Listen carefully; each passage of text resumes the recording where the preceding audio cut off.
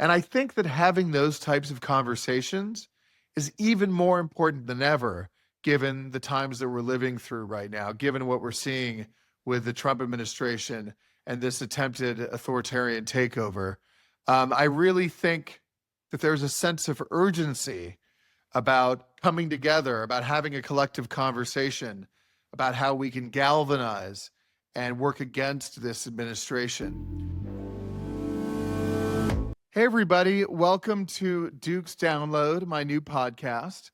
I'm James Duke Mason. Some of you may know me already, but for those of you who don't, I'm a writer, LGBTQ plus advocate, and a political commentator. My journey to coming to be with you all here today has been an interesting one. I have been involved in advocacy and politics for a long time. I started getting interested in politics when I was a kid.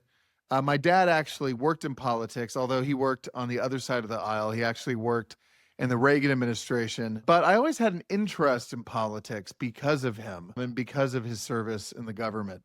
But what really made it take on a personal dimension for me, beyond just finding politics interesting and kind of exciting, was when I came out. When I came of age as an LGBTQ plus or as a gay teenager, um, it was actually an LGBTQ plus independent film called The Trip that I happened to see on TV when I was 13 years old. That was about the LGBTQ plus rights movement back in the 1970s and the AIDS epidemic in the 1980s. The film made me realize that not only was I gay, but that I was part of this broader movement and this collective effort throughout the decades in terms of fighting for gay rights. And I realized at that point that politics was personal and that politics was a means of not just advancing my own rights, but advancing the rights of the people within my community. And so from a young age, I started getting involved in LGBTQ plus advocacy. I started writing articles on the subject when I was 17 years old. I was involved with different nonprofits. I worked on different campaigns. I got involved as an activist myself.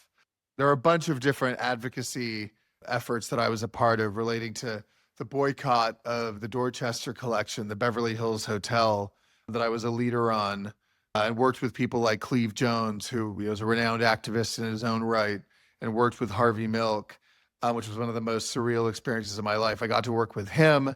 I was involved when Aaron Schock, the former Republican congressman who voted against gay rights, I helped to expose him and out him, which ordinarily I wouldn't necessarily be a supporter of outing people, but in his case, I think it was more than deserved. So I was a prominent voice when that happened years ago. So politics and advocacy in general are something that I've been involved with since I was a teenager. But I've also always been interested in media and in journalism. And about 5 years ago, I started doing a series of Instagram live videos during COVID called Duke's Download. And I interviewed people from, elected officials like Adam Schiff and Governor Jared Polis, the first gay governor in American history. I interviewed Robert Garcia, who's a congressman from here in California. I interviewed Mark Takano, who's another openly gay congressman. I also interviewed lots of celebrities, people from Boy George to Margaret Cho to Stephen Fry to Leslie Jordan, the great late Leslie Jordan, who was a friend of mine. I interviewed people from across the spectrum because for me, one of the things I love to do the most is have interesting conversations that are not just entertaining, but that also will enlighten and hopefully inform people. And I think that having those types of conversations is even more important than ever, given the times that we're living through right now, given what we're seeing with the Trump administration and this attempted authoritarian takeover. I really think that there's a sense of urgency about coming together, about having a collective conversation about how we can galvanize and work against this administration. So I've spent the last couple years really thinking about the best way that I can make a difference. And simultaneously, I was thinking about bringing back my Duke's Download conversations. Like I said, I started those conversations during COVID, and I did over 50 episodes, some of which you can watch online, most of which are here on YouTube on this channel. But I thought, what is the next incarnation of that? And I think that those two things, doing the entertaining interviews, but also wanting to do something about this moment we're in, trying to get involved and participate and make a difference. I think those two things have now blended together. And I think that's what this podcast is about. I had been considering the idea of trying to do Duke's Download as a podcast for a long time. Just trying to figure out like exactly how to do it and whether to keep the same name, what different guests I could have. But it was really in the last few months where I saw the speed at which this new administration was working. We're less than a year into the new administration in Washington, and yet we've seen them implement these, authoritarian fascist steps in such breakneck speed. And I was thinking, like, you know, the time to dilly dally and sit around and ponder, what the next incarnation of this is going to be. The time for, deliberation is over. Like now is the time to actually act and to get into the conversation and to hopefully make a small difference even in any way that I can. And so I figured that now was the time to start having those conversations. The spark was seeing that if they've managed to do this much in a less than a year long period, imagine what the next 3 years are going to look like. And so I thought, it's time to dive in. It's time to get to work. And that's really what the spark was for starting this podcast right now. And so I'm hoping that these conversations will give people the tools that they need in order to make the most possible impact, even within their lives and their communities. Journalism and media and writing and all that has always been something that I've been passionate about. But I also think it's important to incorporate, your personal story and to be vulnerable and to be open. And that's why, to me, the metaphor about what I went through when I was 14, watching a movie, having already gotten interested in politics, but then discovering this whole new personal dimension, I think that is where I'm at in my head. Like I'm realizing the parallels between that moment that I was in when I first got involved in activism and when I linked politics to my own personal story. I really think that that's an interesting metaphor here. That I'm hoping that through telling my story and through talking to other people and having them tell their stories by being open, by being honest, by being vulnerable, that we can hopefully influence other people and influence the dialogue, influence the conversation. Um, I'm really feeling that spark again that I felt when I first got involved in activism at a young age. I think that this is going to hopefully really move the needle, at least hopefully within our community, our LGBTQ plus community.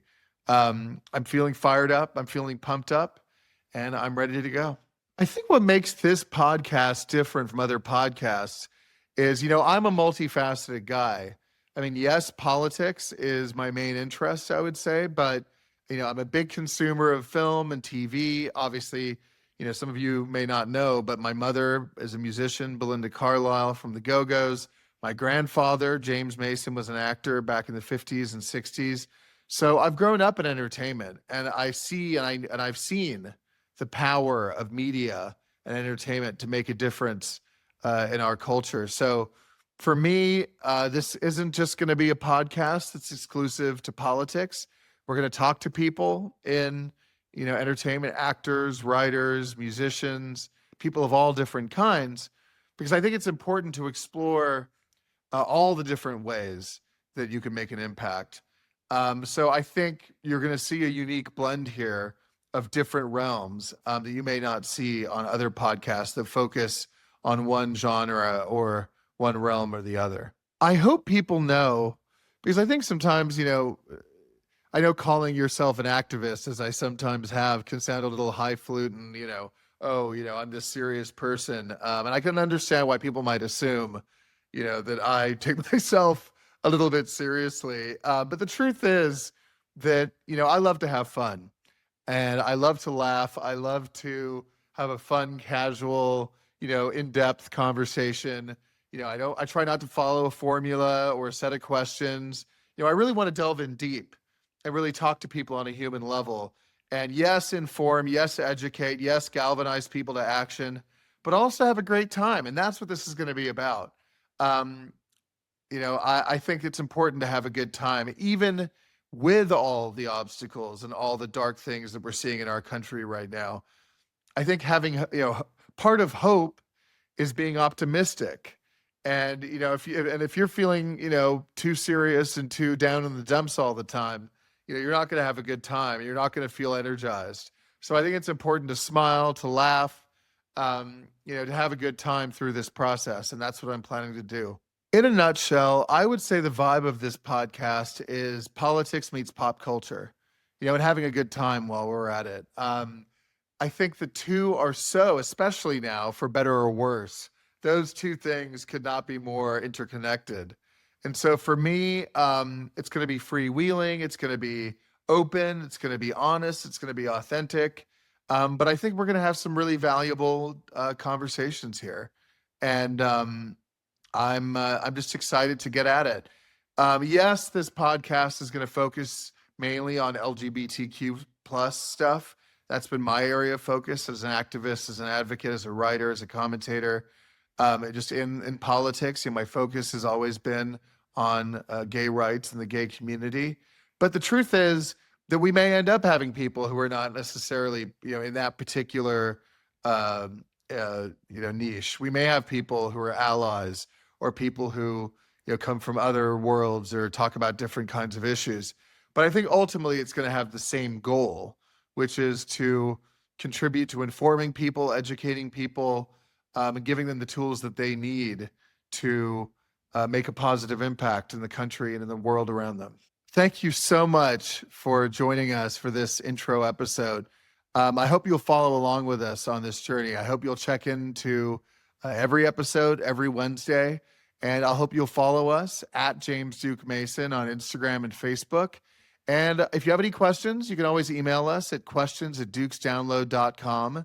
And I hope you'll like, subscribe, review, and comment on every video, because I really want to build an audience here, not just for me, but for all of us. I want this to be back and forth dialogue where we can all participate and hopefully have a good time. So thank you so much. See you soon.